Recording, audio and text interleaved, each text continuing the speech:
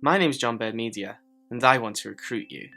A phrase used by an incredible human rights figure. Harvey Milk used to start any speech, any protest calming, hell, he probably started any sentence, by introducing himself and then making a joke out of a very fictitious, yet very real, homophobic fear. Honestly and truly, do you believe that gay people recruit others into becoming homosexual? I mean, for me, that is one of the most ridiculous and absurd statements to ever come from any form of homophobic propaganda.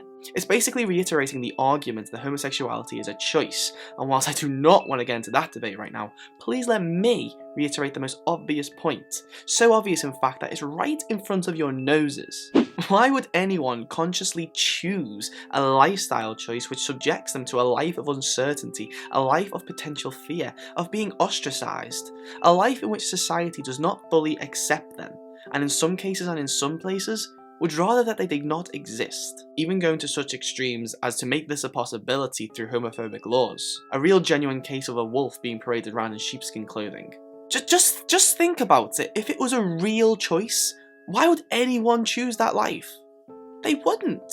So what really baffles me about this notion of recruitment into the gay movement, this idea that young people, who are suffering so much already that they are bringing themselves to the conclusion that suicide is the only option left for them, were in fact forced to feel the way they feel. They were forced to feel emotionally and physically attracted to members of the same gender by somebody else.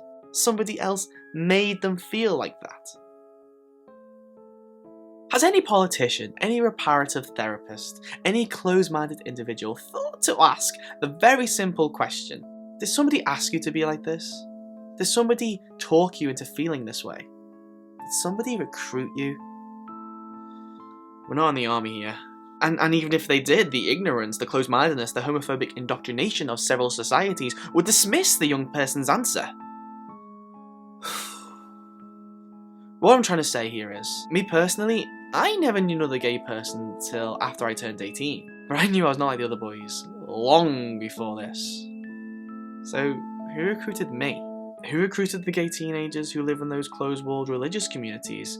Because they probably don't have any access to the internet, or any pop culture references for that matter. You know, because we all know about those fag enablers.